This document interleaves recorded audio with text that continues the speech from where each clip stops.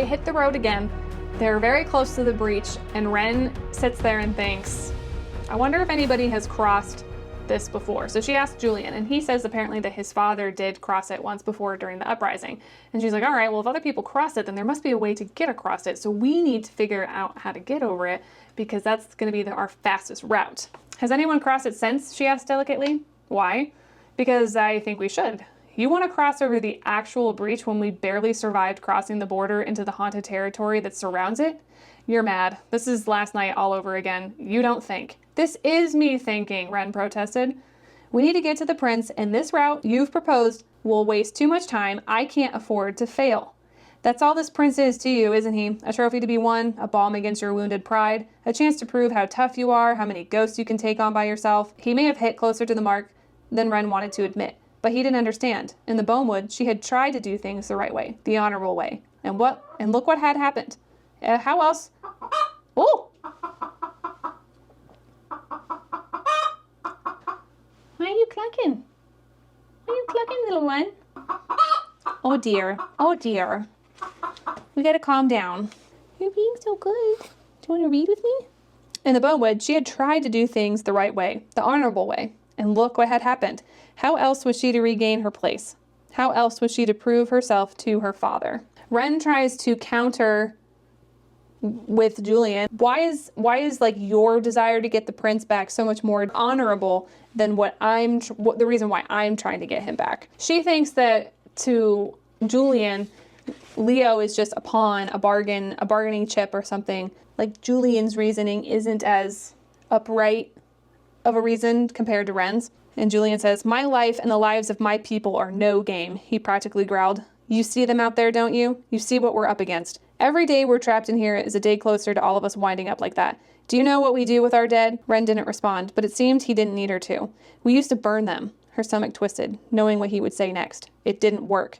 Without severing the soul from the bones first, that spirit would be doomed to wander the living world for eternity, their bones too damaged for their soul to be properly reaped. Now we toss them into the ocean in cages. They sink to the bottom, undead but unable to hurt the living, trapped there until we find a way to free ourselves from this waking nightmare. Let me de-escalate the situation. And she tells him, like, I know this isn't a game to you. Like, I can tell that you're, like, clearly you're not that type of a person. And then she reluctantly admits, for me, the prince is a friend. She's like, I have the ability for once to do something, and I want to save him. And she's like, I hope that if I were in a similar situation, someone would want to do the same for me too. And I'm like, yep, that's pretty honorable. And she refers to him as Leo instead of Prince Leopold. Julian straightened a bit at her words, and his cool gaze roved her face, searching. Then his lips quirked. Leo? Ren felt her cheeks flush, though she didn't know why. He told me to call him that.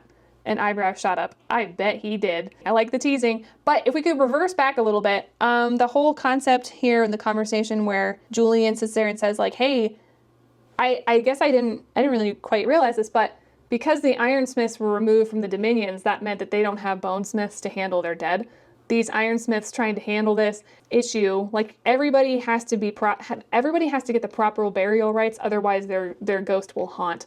So jokes aside, Ren tells Julian, like, I know she admits it. She's like, I know I'm really reckless. I know I tend to jump in with both feet. I don't think about consequences, but I'm telling you right now, there really is no safe option either way we go about this.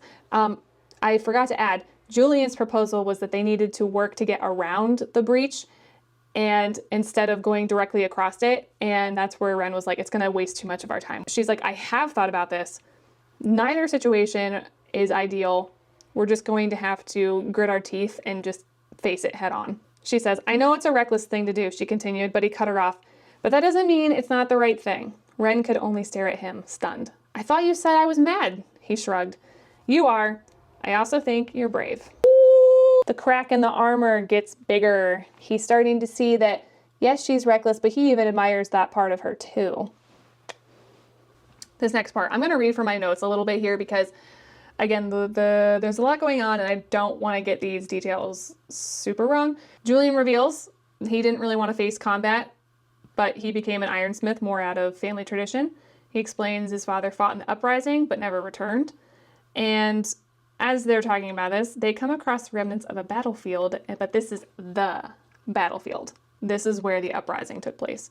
All the corpses of the House of Iron are just littered across the ground. And Ren wrestles with this surge of emotions, struggling to reason how all of these people died together. So Ren's like, wait a second, all these people are dead in one spot. This is very strange. And Julian at this point, Julian is basically like zoned out because these are all of his people. So she's sitting there wondering, had Locke and her father, Odile, and the Dominion soldiers done all of this? And Julian is sitting there and he kind of like bitterly laughs at Ren's silence. The hollow sound echoing across the ghostly field. Figures, what sort of story did they tell west of the wall? Heroic battle? Good persevering over evil? Julian shook his head. Okay, so apparently the story goes that the undead caused the mass destruction. The undead killed all of the House of Iron. Others say it was Locke Graven because he had limitless power and demolished everyone. Remember, Locke is Ren's uncle, and she hasn't mentioned to Julian that she's a relative of the Graven household, that she is a part of the Graven household. Then she's wondering, could Locke have been changed by the magic in the breach, making him more powerful? All she could see was death, but even that wasn't true. This was worse than death. This was not death. This was eternal damnation. And so Ren's sitting there like, again, the stories I've been told, stuff's not equaling out correctly here. So Julian starts making his way through the battleground, and Ren's like, oh man, he's looking for his deceased father. So I thought this chapter was actually pretty sad to read because the fact that the Ironsmiths are so badly damaged. It's actually described that like there's a permanent kind of like layer of ghost light around this battlefield because the ghosts of the dead Ironsmiths, they're like there, but they're detached and there's no way to help them pass on. So they're just like, this is their existence. It's just they're existing, but they're not fully conscious. They can't actually do anything.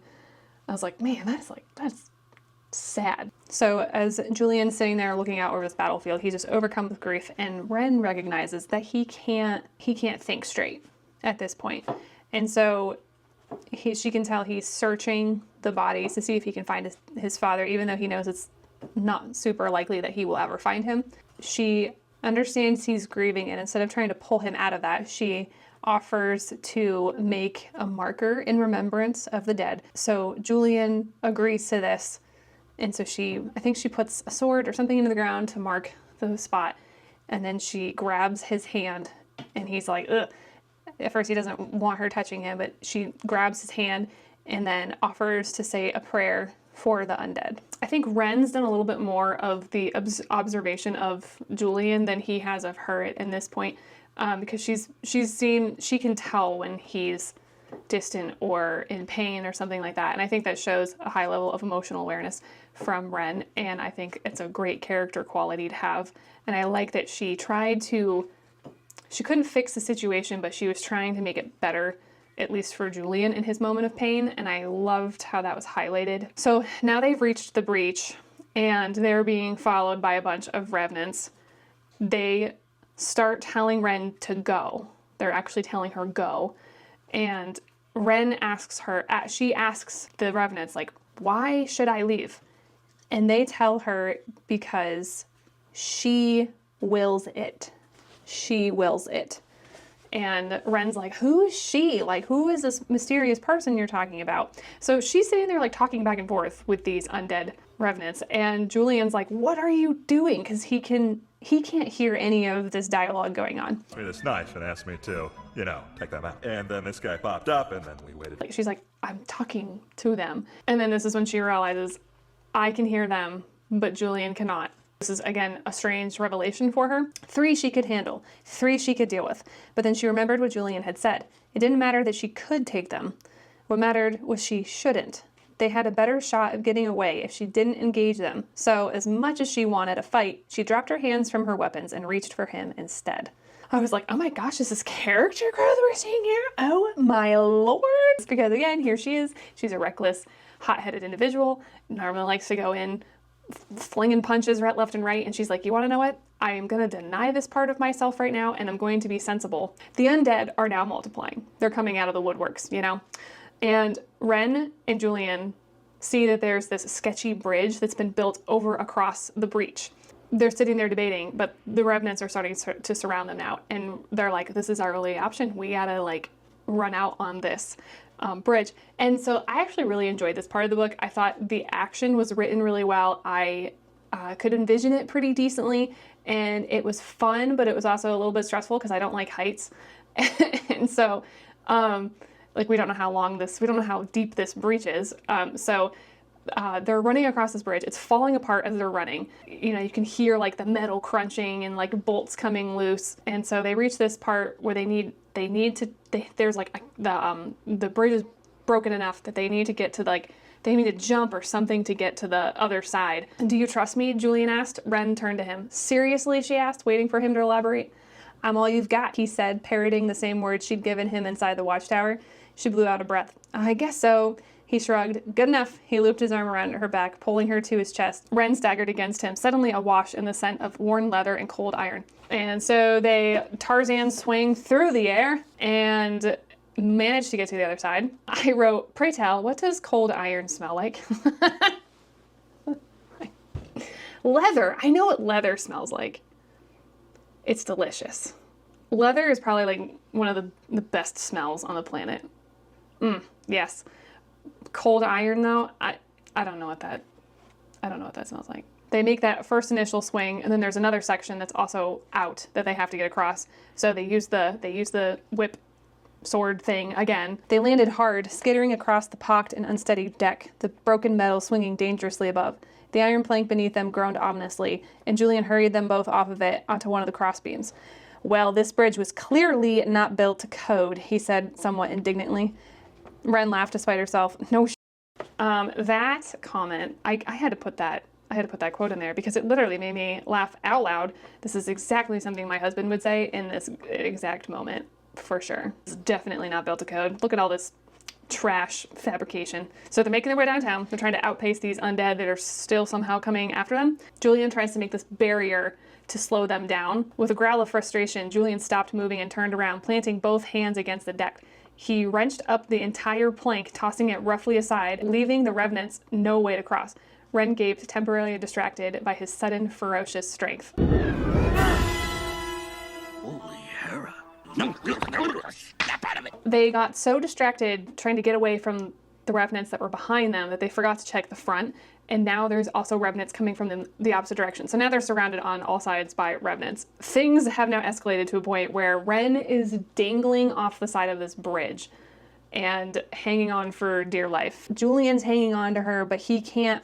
He's trying to hoist her up, but they're in like a really precarious position. And Ren tells him, you have to drop me or we both go down. There's water, I'll be okay. He stared at her, shaking his head, even as the ghosts continued to detach from their bodies, preparing to strike, and the metal plank he was pressed against creaked.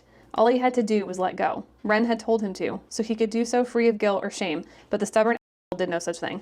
And this part was like intense to read because Julian was trying so hard to get her back up and nothing's working, and he's slipping and like his magic is draining, and then eventually the whip fails and it sends Ren falling down into this abyss. She looks at Julian, like she feels the whip give way, and she looks at Julian one last time and says his name and then plummets. The next chapter is very brief, but it's back in Leo's current position, and he's now discovered he's being taken to the Iron Citadel, and this discovery also is making him question everything that he knew. Everything he was certain he had discovered is now like a completely different situation, and he thinks maybe he's not as smart as he originally thought. Ren has fallen down into water, and so she resurfaces, and she notes that interestingly the water here is warm, because when she pulls herself on shore, she realizes she's steaming from the heat.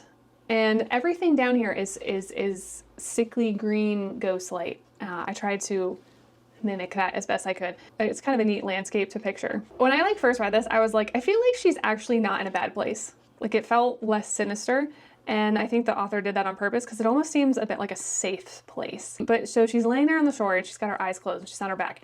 When she opens them, there's like a revenant standing right there looking at her. And so panicked, she plunges back into the water so they can't pursue her. It looks at her and says, alive. It just keeps saying the word alive.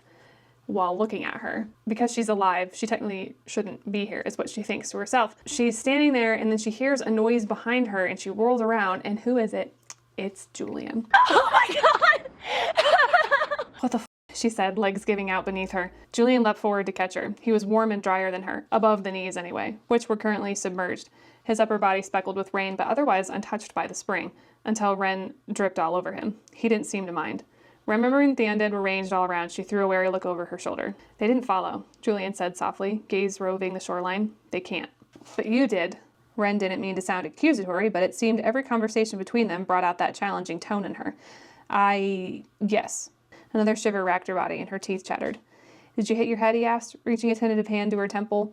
Ren closed her eyes, and when she opened them, there was blood glistening on his gloved fingertips. He had come back for her, chosen to when he could have walked away. He chose her. So they're in the breach now, and as a result, there's all these abandoned buildings. And this would be the remnants of the ghost Smith city that once fell into this abyss, and it's been resurfaced. She's knocking things over. What are you doing? You little rapscallion, you. They find a structure that's mostly intact, and they get inside. So Ren's like freezing cold. She's probably in shock. She's injured her head. Julian helps her get out of her wet clothes, which again, this is oftentimes a scene that's always turned into something sexual, but it isn't handled that way here. And I'm like, how is this YA book like more mature than half these adult books I've been reading? Which again, I understand. It's like the fantasy element of it. It's the escapism. But I just feel like this builds their bond and relationship so much better convincingly. And so I feel more invested in these two. Ren's like sitting there worried that as Julian's helping her out of her clothes, that Julian's like revolted by her. And I'm like, girl, he's not. Like, come on. Julian fears that Ren is badly concussed, so he's paying extra close attention to her, trying to keep her awake and keep her talking. And so they sit down next to each other around the campfire, and it's super cute. His boots were off, though, piled next to hers, and Ren caught a glimpse of his bare feet. They were pale, well-formed, ordinary, but the sight of them sent an illicit thrill down her spine, especially extended as they were toward the fire, his posture more casual than usual. Maybe it was the lowering of his guard she found so appealing, but whatever it was, she wanted more of it. And I don't know if I've ever read a book that highlighted that's such a real thing. Maybe it's just me, but like, when you like someone, those first few moments of like, when you see somebody so relaxed and outside of like the facade that they might put on for the rest of the world, when you see someone and just themselves, it's a really intimate feeling, because now they're sitting next to each other and they're cozy and they're quiet and they're safe. It felt safe. So this next chapter has a little bit of Julian's perspective on things. Julian stared at Ren. He had been doing that a lot. She was something to look at in his defense. More so when she was awake, of course. Those eyes, that armor. After spending his entire life hating Bonesmiths, it was utterly surreal to walk around with one, to fight alongside one, to laugh with one even. And I was like, oh, he's down bad for her. He notes that the moment that changed all of his feelings for Ren was when she took his hand in that battlefield and offered to say a prayer, because he was so far removed from being able to put any intelligent thought together, and he was so overcome by grief, but she was able to pull him away from that and get him to calm down. That gesture she'd made was a level of kindness that no one had ever showed him before. Ren shifted in her sleep, drawing his attention without his consent, like a moth pulled inescapably to a flame. It's so tender, it's so sweet. Julian notes that he would never forget the look of her face when she fell, and that like seeing her so stripped bare and so terrified like did something to him. He says like there was no question about it. He was going to go after her. Ren was everything that was wrong with this world, but she was also the only thing that was right. The only thing that made sense. The pining! He tries to tell himself like, I can't get swept in by my feelings for this girl. Now his supposed enemy was his only friend, and his supposed friends were the ones who had tried to kill him. That's rough, buddy. And then Julie admits, as he's staring at her, that he actually likes her eye black and finds that she looks a little bit too ordinary without it. So I'm like, all right, so he likes his girls feral.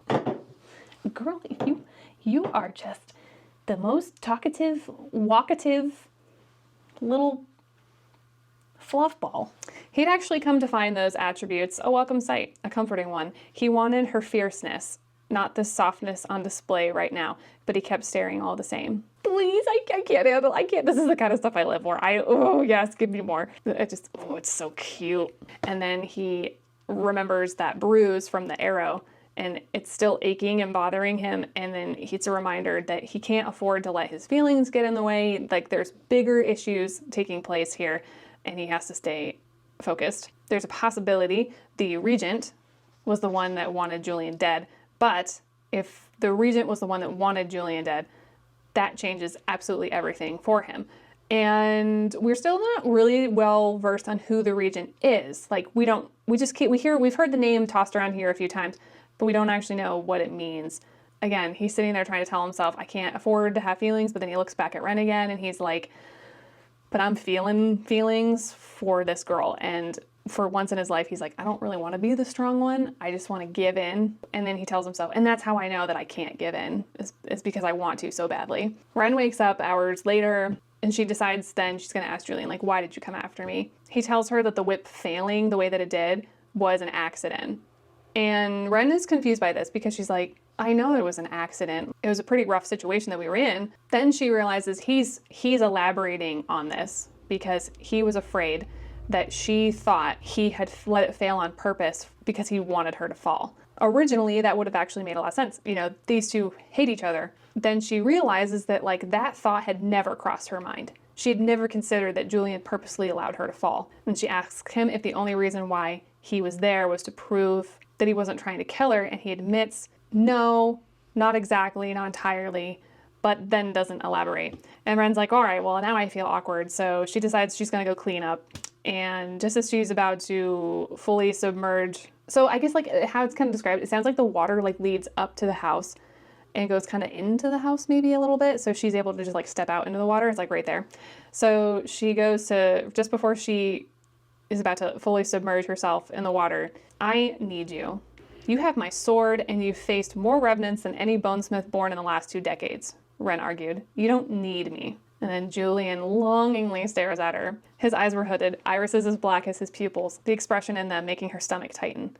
Want, then, he said softly. Sir! I don't want to finish this crossing without you, he continued, voice low. You and I, we're good together. I'm dying. She had never been chosen before, and certainly not by someone who had seen all her faults and shortcomings firsthand. True love, baby girl, that's what it is. Ren knows she and Leo are reflections of one another, and they get along really well because of that. And then she realizes that Julian and her, they're opposites. But opposites aren't a bad thing. She was rash and bold, where he was thoughtful and strategic. They didn't reflect one another, but rather seemed to ground each other out. Yes, I love that the puzzle pieces like this are coming together. So Julian's being really incredibly vulnerable with her, telling her, like, I need you, I want you, we make a good team, I don't want to do this alone. And this whole time, Ren has just been silent. She struggles to express her feelings in return. Again, this is a girl that has never really had anyone be very vulnerable or kind or warm to her, so this is like brand new territory. Because she's bad with words in a situation like this, she decides, I'll just go the physical route. And so she asks him, can you swim? And he's like, yes. And then she yanks him into the water with her. Mind you, at this point, again, Ren has been butt naked this entire time. But like when she was like submerged down in the water, it's like describes that the water is kind of like a kind of not dirty. It's like not frothy. It's not dirty. It's not frothy. Words. Milky. That's a better way to describe it. It's milky. So you can't really see like super clearly through it. So she pulls him in the water, and he surfaces and he flicks his hair off to the side, and it says, instead of him looking mad or angry about the situation, he gets this like very determined look on his face, like, oh, you just started something and I'm gonna finish it. He gets her like backed into a corner, and he starts kind of like prowling forward towards her. Ren shrieked, spinning around, but she was trapped against the rocky shore. He approached slowly now, knowing he had her, smiling triumphantly.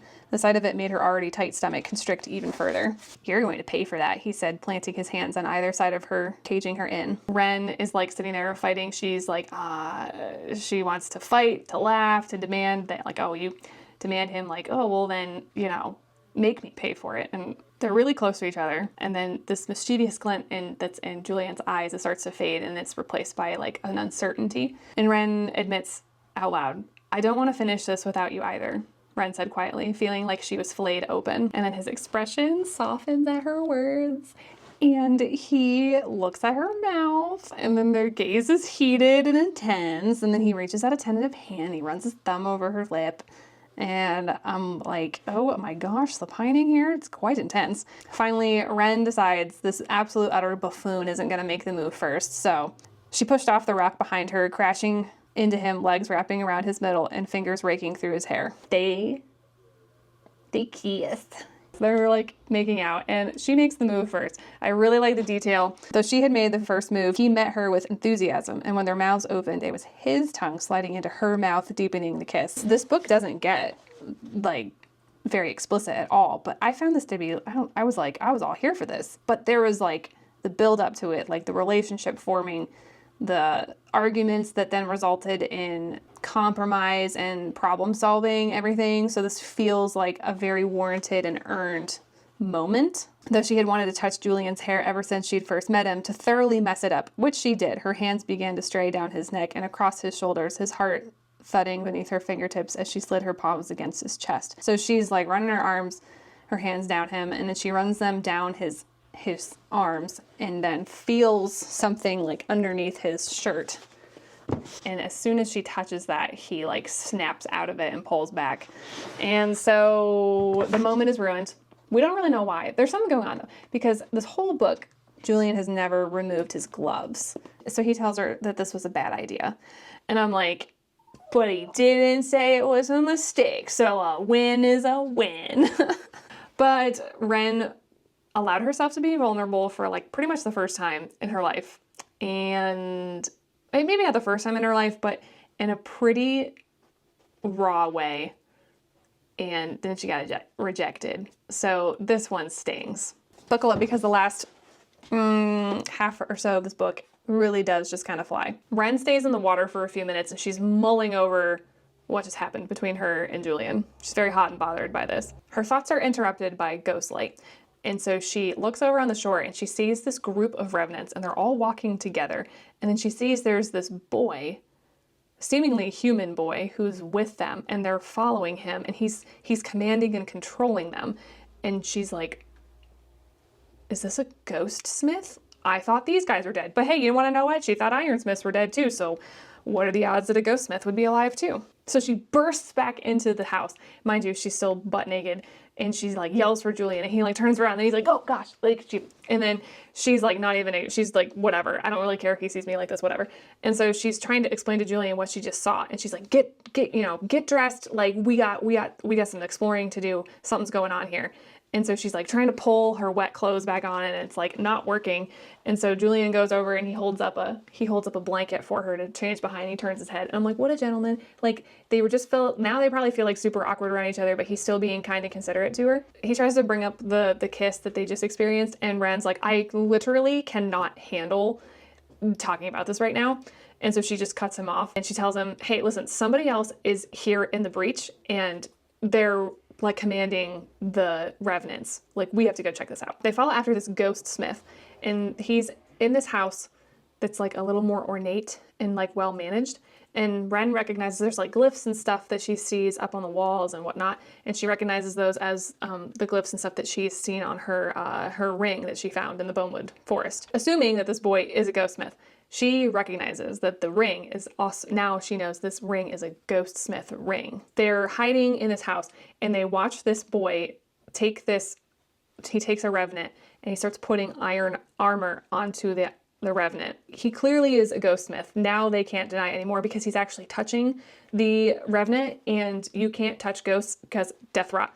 So clearly this kid is a ghost smith. The boy then starts this type of ritual. The magic is so powerful that even Julian can feel it, even though it's not like his magic. Ren places her hand on the ground to feel the magic, but this magic seems to have a more profound effect on her, and it actually starts like spiraling shoots of power like crawl up her arm, and it cracks the breath in her lungs. Julian tries to pry her hand away from the ground, and they realize the same thing is happening to the Ghostsmith boy. Ren then sees that he's also wearing a ring, and he's also using it. So then this otherworldly wail reverberates so loudly off the walls that Ren has to cover her ears, and Julian is like completely unaffected. So what's happening is like this Ghostsmith is using this power on this ghost, and he's binding the ghost, I believe, to the armor. This revenant has been made into an iron revenant. They overhear the boy give the iron revenant commands to go to Caston and to find her and obey her. So then Ren's like, we gotta follow this revenant. And so she gets up to do so, and then ends up kicking a pebble, and it skitters off, and it echoes really loudly, and it gives their cover away, and the boy sees her, and she sees the boy.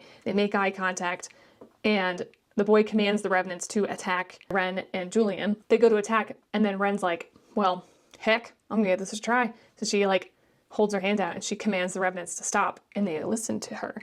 And so she and this boy have like a bit of a standoff where they're just staring at each other. They don't say anything to one another. The boy seems to recognize who she is, and before she can even admit to herself who this kid is, she decides she and Julian leave. Ren and Julian, they wrestle with what they just witnessed. It's clear Ren has her powers been like amplified, or it changed somehow with what happened in that house. Julian's a little bit wary of her. Then also at the same time, Ren is suspicious of Julian in a way because the iron revenant is wearing iron made by ironsmiths. So she's like, is Julian lying to me? Like that he has no idea what this is too? Even if this boy had taken the iron armor from the battlefield, it doesn't matter because it still would have needed to be fabricated by, what are they called? It would have needed to be fabricated by a hammer. And this is a person who fabricates ironsmith armor to create the custom suit. Clearly, the boy is working with someone. It's just, so the puzzle pieces are like slowly starting to fall together. Ren insists that they need to follow after this iron revenant. Julian's like, no need to worry, I know exactly where they're going, because he heard the boy say, you're going to Caston, and he's like, well, I know how to get there. However, Julian tells her that Caston is in the opposite direction that they need to be going to get Leo. Emotions warred within her. She had set out to save Leo and prove her worth, but along the way, she had seen and heard things she could not forget. Things that were, if possible, even more dire than a prince of the realm being held as a hostage and a prisoner. Her curiosity pulled her to the Iron Revenants, to the Ghostsmith boy, needing to understand it all, if only to understand herself. But there were larger ramifications to what was happening here, something much bigger than a single prince or her personal pride. This boy wasn't making curiosities. He was controlling the undead and fitting them with armor. He was turning them into weapons. Ren asked Julian, do you think Leo will be safe if I don't get to him right away? And Julian's like, nah, well, he should be relatively safe because he's a prince and he'd be used as a bargaining chip. So they agree that this Iron Revenant is a bigger deal than rescuing Leo, so they go after the Revenant. So later on that night, they're reflecting on this Ghostsmith ring that Ren has, and he tells her maybe it's like an amplifier, something that you put on and it helps strengthen the powers that you already have. Julian seems to have a pretty thorough knowledge of amplifiers. They've definitely tried to do implants from what I've heard with varied success. It's generally considered too risky, whatever the benefits. The procedure is painful, the implanted object often rejected by the body, and the amount of additional power it actually provides is debatable. It comes down to the quality of the material and its compatibility with the host. It's long since fallen out of practice. Then Ren asks him, how do you know all this information about this very niche topic? And he gives her like this little bit of like a forced laugh and jokes that unlike her, he was a good student, actually paid attention in school. Ouch.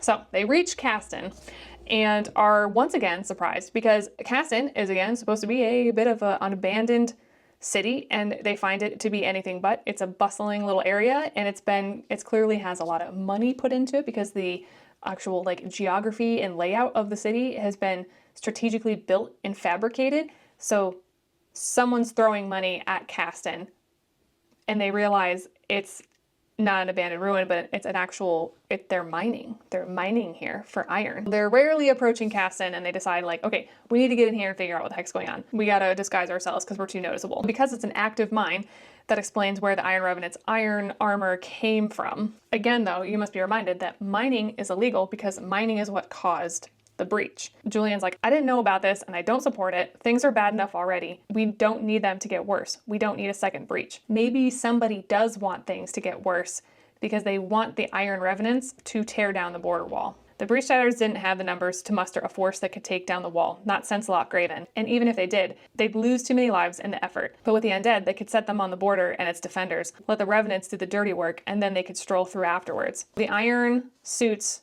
protect the Revenants and their ghosts, making them basically this just absolute force to be reckoned with. They can't be destroyed. Because they have the iron armor on, Bonesmiths can't actually harm the ghost. Reapers can't reap the ghost. Ironsmiths can't cut through the ghost. Like, they're unstoppable. So Ren has to leave her swords behind and before they head into Caston because they're just too identifiable as Bonesmith armor or Bonesmith weapons. So she's got Ghostbane's empty sheath still that she's been carrying with her the whole time. And Julian's like, he hands her this iron dagger. Here, I know it's iron, but Ren gaped at it. Leave it to her to find the gift of a used weapon, the height of romance. But there it was. She took it, examining the details. It was beautifully made, particularly the swirling designs along the hilt. So the dagger's name is Ironheart, and it belongs to Julian's deceased mother. So this is kind of like a big deal for him to give this to her. So then Julian reminds her like, hey, you got to take off your eye black and stuff because you'll be too recognizable with it. So he hands her this like super like perfectly white, crisp, clean silk handkerchief and like hands it to her with some mineral oil to help rub it all off. And she's like, I don't want to dirty up your perfectly nice handkerchief. And he's like, just do it. So she starts removing all of her stuff. And then she's like, how do I look? And he reaches his hand up like he's going to touch her. And then he stops. And I'm like, ooh, it's the pining, the cuteness. So she used it to like rub the lipstick from her lips onto it, and it leaves like a lip outline. And he takes a moment and like stares at it. And this makes Ren feel quite flustered. They're sneaking around in the streets and they see the Red Guard coming down the street, meaning that the regent is there. And we still don't know who this regent guy is. He's meant to be at the Citadel, Julian said faintly. Ren turned to face him. He still looked shocked. That's where the exchange was supposed to take place. He ran a hand through his hair distractedly. So Ren reasons that if the regent is here at Caston instead of at the Citadel, that he's behind what's going on here. Like, clearly he's paying for this or allowing it to happen. Julian doesn't want to believe this. He's been a staunch supporter all this time, despite the obvious that's in front of his face now. And it seems like Ren, for a second, like, doesn't quite understand. She's like, why are you like so, like, why are you denying the obvious things, right, that we're seeing with our own eyes? And he admits to her, like, it's because the regent is my uncle. So Julian tells her that the regent is the literal, like, he's the House of Iron. He rebuilt the house from the ground up. And then Ren's like, okay, well, we have to figure out for sure, like, if this guy is behind this and why he's behind this. Julian tells her he can't just sneak into this inn where the regent is staying because everybody will recognize him. He tells her this isn't something that he reveals to strangers or enemies, and Ren feels a little bit of a sting from his rejection of her, especially from earlier on. Right, well, I guess it was about time. I think it's safe to say we're not strangers anymore. Or enemies? She asked, trying to sound indifferent, but she feared she'd come across as self-conscious instead. He was serious when he replied, no. The ship has officially left the port. The enemies are becoming lovers. New plan. Ren's like, okay, I guess it's up to me to sneak in here. She decides that she's going to, like, kind of make herself look like a lady of the night, and she's going to seduce a guard, and then she's going to get the information she wants that way. Julian had been watching her, but now that she met his gaze, he looked away. Why do I get the feeling you've done this before? Because I have. She didn't have a reputation of the worst instigator and rule breaker in her house by accident. How do I look? She asked, fussing with her shirt and smoothing her hair. She pulled some strands across her forehead, hoping they could help obscure her eyes and soften her appearance. Julian surveyed her closely.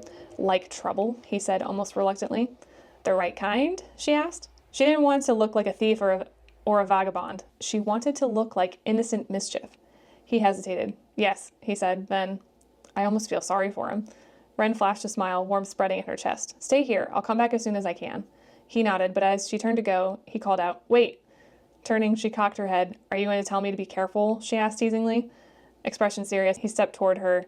and reached out, unfolding the neckline of her shirt to further expose her collarbone. He bent slightly to whisper into her ear, "Be convincing."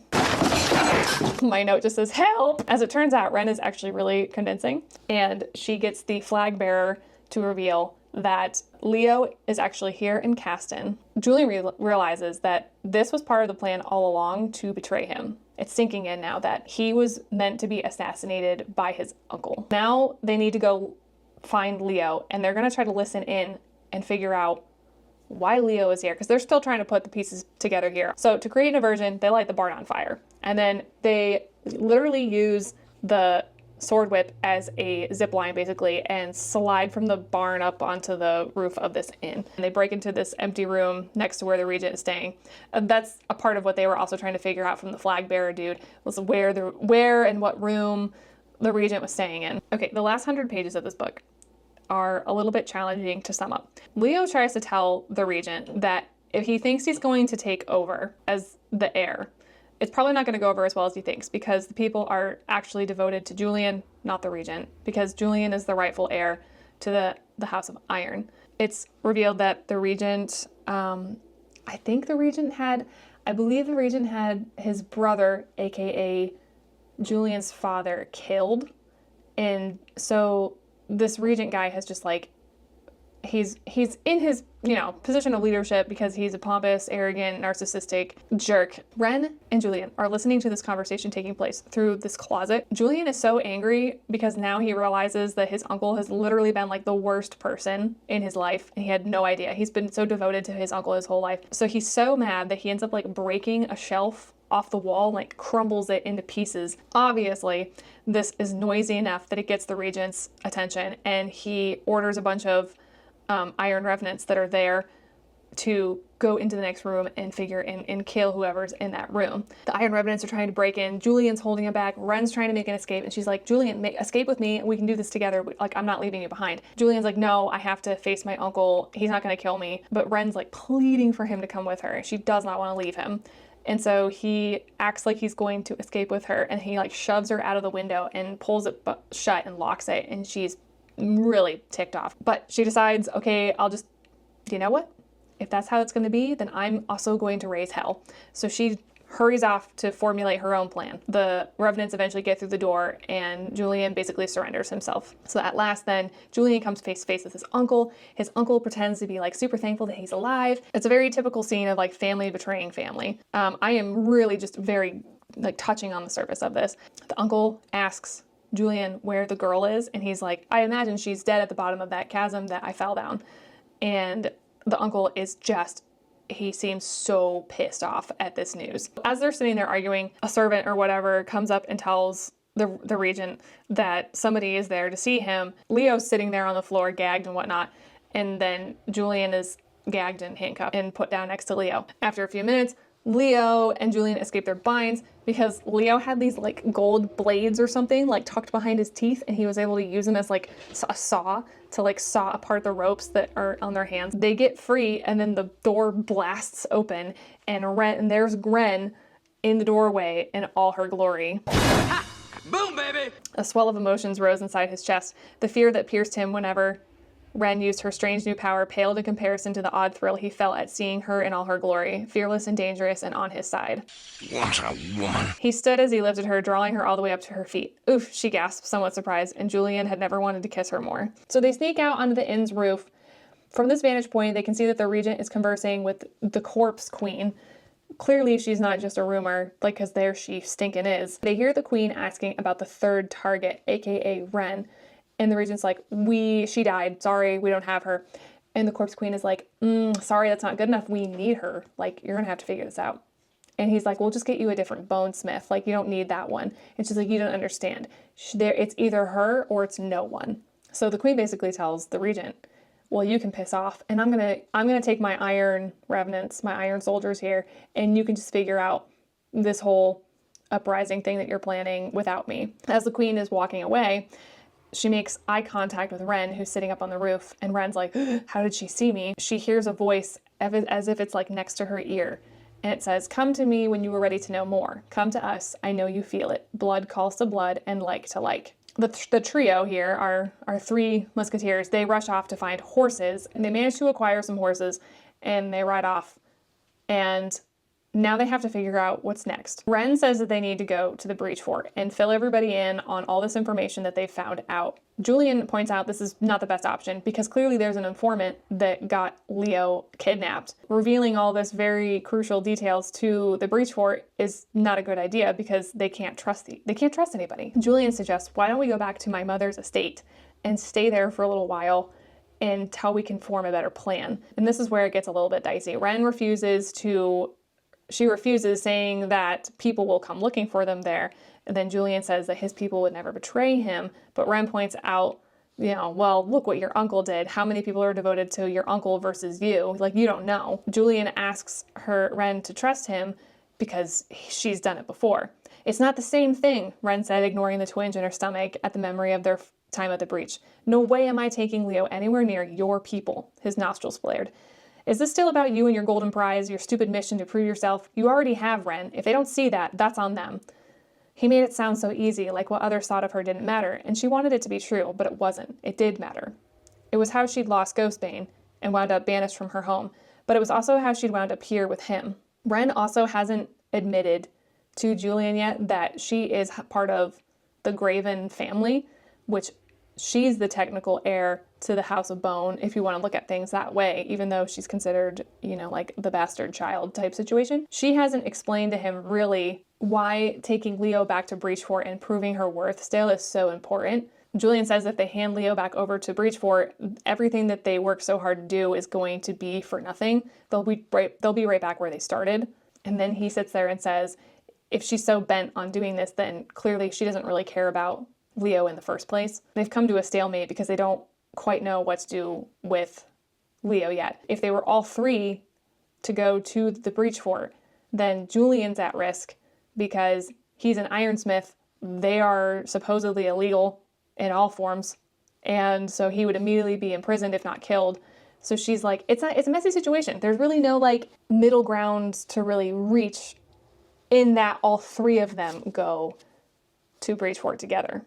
Ren and Leo decide themselves that they're going to restrain Julian so he can't follow them, and they're going to go back to the Breachfort. They're going to pretend like they're going to keep a lot of details about what they experienced to themselves and try to figure out the rest of the puzzle without revealing themselves, so that way hopefully they can figure out who the safest person is to reveal all this to and get stuff resolved that way. So betraying Julian is one of the hardest things that Ren has ever faced, but she knows what's waiting for him at Breachfort if he goes. So she's like, I have to betray him in order to save him. And that's what she ends up doing. She ends up tying him up and they argue. Julian says some really heavy stuff. I mean, I know if it were me, I'd want to know why I could speak to the undead and why the undead listened. I'd want to know if I was a Ghostmith.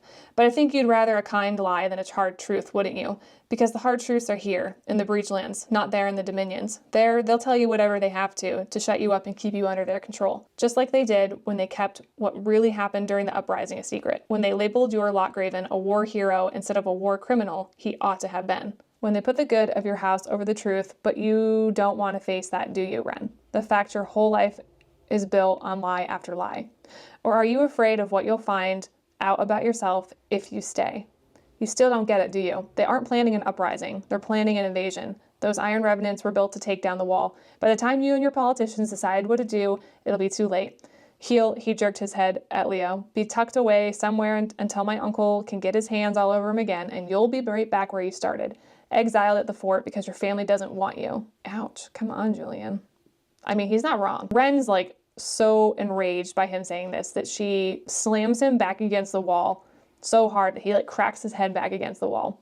And it startles Julian, but also startles Leo because it's such a show of force that they were quite shocked to see Ren display. They reach Breachfort, and once the guards there realize it's them, they are quickly swept up and a patrol surrounds them to keep them safe. But as fate would have it, Ren watches Julian get dragged out from behind this rock. She's dumbfounded that he managed to keep up with her and Leo on horses, and then she realizes that he had to cut through the landscape that they went through. But he's got that whip sword, so he just Tarzan swung his way across the landscape and managed to literally almost beat them there. The arrival is announced, but instead of seeing Commander Duncan, all of a sudden it's her father Vance appears. Ren is overwhelmed with emotion upon seeing her father. He's relieved to see her alive. The guards bring Julian up to Vance and he tells them, like, well, you know, just kill him and get over with. Ren starts to panic. She's like, oh my gosh, oh my gosh, oh my gosh. He can't kill him. She loves Julian, like she does. She cares very much. She cares very deeply for him. And so she panics and decides that she's going to have to reveal Julian's true identity in order to save Julian. As they're sitting there talking, Julian hears Vance call Ren my daughter, and then he like glares at her because she's this whole time kept her actual identity to herself. In all fairness though, I guess Julian could have asked her, and I don't think he ever did. So he now sees that she's a Graven, which is like, you know, sworn enemy, basically, for him as an Ironsmith. In order to protect him, Ren painfully tells Vance that Julian is he's the heir to the House of Iron.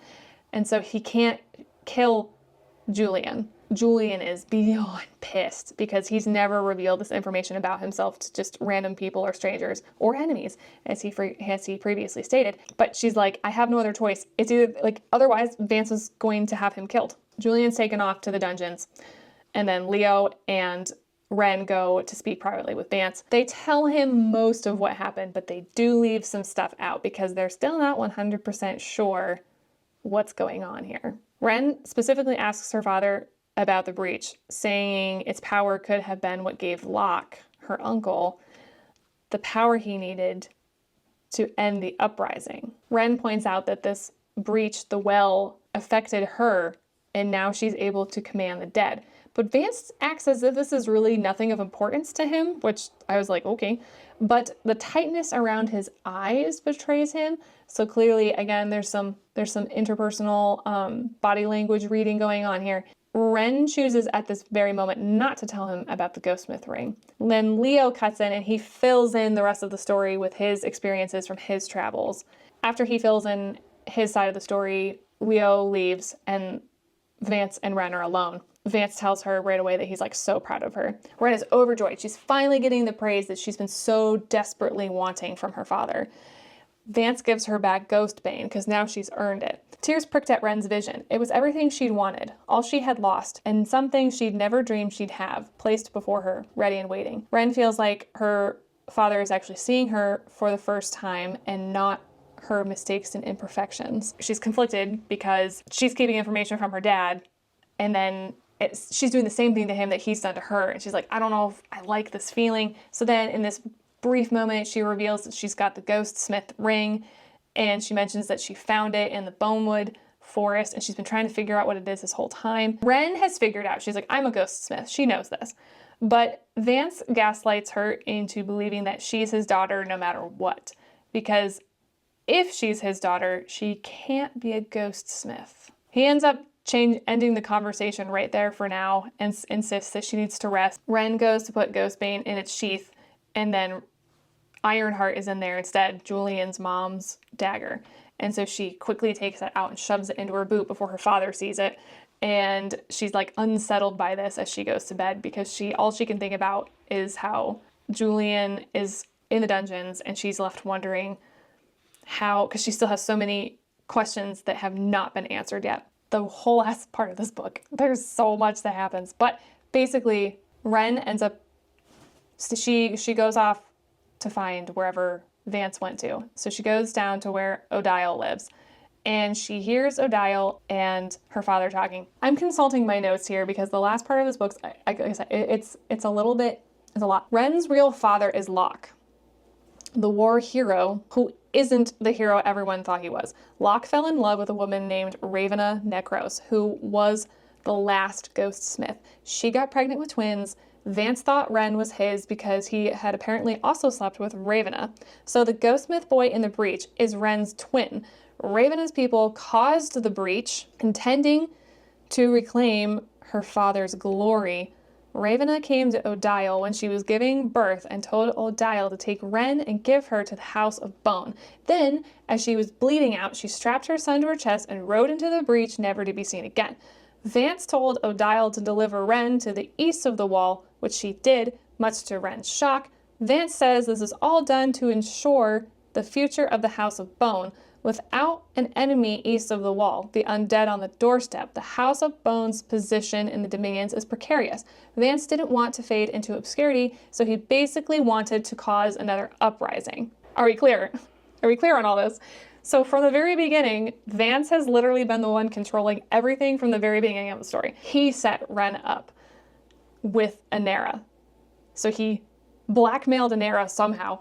And so he set Ren up in the beginning to be exiled to Breachfort. He set up Galen to betray Leo to get Leo kidnapped. And so Vance has been literally setting up everything strategically so that way the House of Bone doesn't fade into obscurity, because without the threat of the undead, Bonesmiths have no reason to exist. I think this could have been executed a little bit better, in my humble opinion. Still love this book though. Basically, Ren hears all of this go down. Then Vance ends up killing Odile, which I was like, of course Odile was gonna die. And then he frames it so it looks like Galen was the one that killed her. So Galen gets executed or thrown in prison, and it's a whole craziness of stuff going on. Then Ren is like, fine, I'm gonna break out Leo and Julian and we're gonna get the heck out of here. So she gets Leo, they go down to the basement, into the dungeons, and she convinces the guards that she's there to get Julian out under Vance's orders, and then that obviously doesn't work, so that fight ensues there. And then she goes to get Julian out, but the key isn't there because Vance has the key, and then Julian's like, step back everybody, I have one more plot twist reveal. And he takes his gloves off, and Julian has these implants, these iron implants in his hands. Like, I guess his hands are gone, or maybe like, I think, no, it's an implant. So I'm not sure if his whole arms are gone or if like fully replaced with iron. I don't quite remember, but he's got these like iron smith hands now. And that's why he keeps them covered all the time. Because remember, before he knew about implants and all that stuff, that's why. It's because he was one of the successful candidates for the ironsmith implants. So he uses that to like bust the door open, and he gets out, and then Vance shows up, and then Vance commands all his men to but to arrest Leo and Julian. And Ren reaches out with this new power that she has, and she realizes that she can actually control people's bones inside them when they're living. So she fixates on somebody's arm and then cracks it. So she breaks this guy's bones, which is like kind of cool. And then she realizes too that she can like move people. So she like thinks of like a barrier of some sort, and she shoves all these guys up against a wall and kills a couple of them straight from impact. And then Vance is like dumbfounded at this show of force by his niece, because that's not really his daughter. Right. Ren kicks butt. We came, we saw, we kicked its ass. And they straight up escape out of the dungeons. Because remember, she knew an extra way to get out because she had the bone key from Odile. The new plan is to go to the Breachlands, destroy the well, deal with the rest of the fallout from afterwards. But they're like, we have to destroy the well. Hands down, that's the main cause of all this. If we get rid of the well, we get rid of the undead, we get rid of all these crazy power dynamics, yada, yada, yada. We dance, we kiss, we schmooze, we carry on, we go home happy. What do you say? Come on. Oh my lord. I don't know if I did a good job on this. Biggest con, I think, to this whole book is I just feel like there's a lot of big plot twists revealed at the end. And I think in some ways, I think it's a little bit too rushed. And I think we could have benefited maybe a little bit from not every single plot point being discovered in this book. I think it could have carried into the second book and still worked really well. Kind of left on a bit of a cliffhanger, but still worked. That's honestly just one of my biggest complaints, because I just feel like I had a hard time explaining some of the stuff in the book. However, pros, as far as this book goes, it has actual world building, an actual magic system. There's history. There's, I don't think I've ever read anything with a magic system with smiths, like ironsmiths, woodsmiths, metalsmiths. Like, I really liked that. I think it's Neat. Enemies to lovers is one of my favorite tropes, and I feel like this book really nailed it. I rooted for these two. I want them to be together, and I just think, round of applause to the author for actually doing the trope justice and doing it well. Also, I just really love the gentleness that Julian displays. I find it really endearing. This is a man having to deal with someone who's, a sworn enemy of his, and I think there's so much more kindness and compassion in him. So I really love Julian's gentleness. The characters have real internal battles that they have to work through in the book, and you actually do see character growth. Love that. Can't believe I'm talking about this like it's, something so profound, but like so much writing, it doesn't have this. I think the book does a good job at showing how you change when you get out into the real world and experience reality for the first time. You get humbled really fast when you're out experiencing stuff for the first time, and I think that the book highlights that nicely. Again, with the character development, I really like how we see Ren evolve into a more considerate individual instead of being like super headstrong and reckless. I appreciate the growth there. And I really love watching Julian and Ren learn from each other. Ren learns to be considerate and to understand that your actions have consequences. Likewise, Julian learns that sometimes you don't need to overthink things so heavily. Sometimes you just have to jump in and handle the punches that you're thrown. So altogether, I think this is a good book. It's a duology. There's two. I have the second one now, so I will get started on reading that here shortly. It's just nice to read something that I genuinely enjoyed, and I would pick this up and read it again. That hasn't happened very much with many of the books I've read this year. Thanks for staying here for this super long video. Hope I made you want to read the book at least. And, like, comment, subscribe, stay warm out there, everybody, and I will see y'all in the next one. Toodles! Reach for the stars.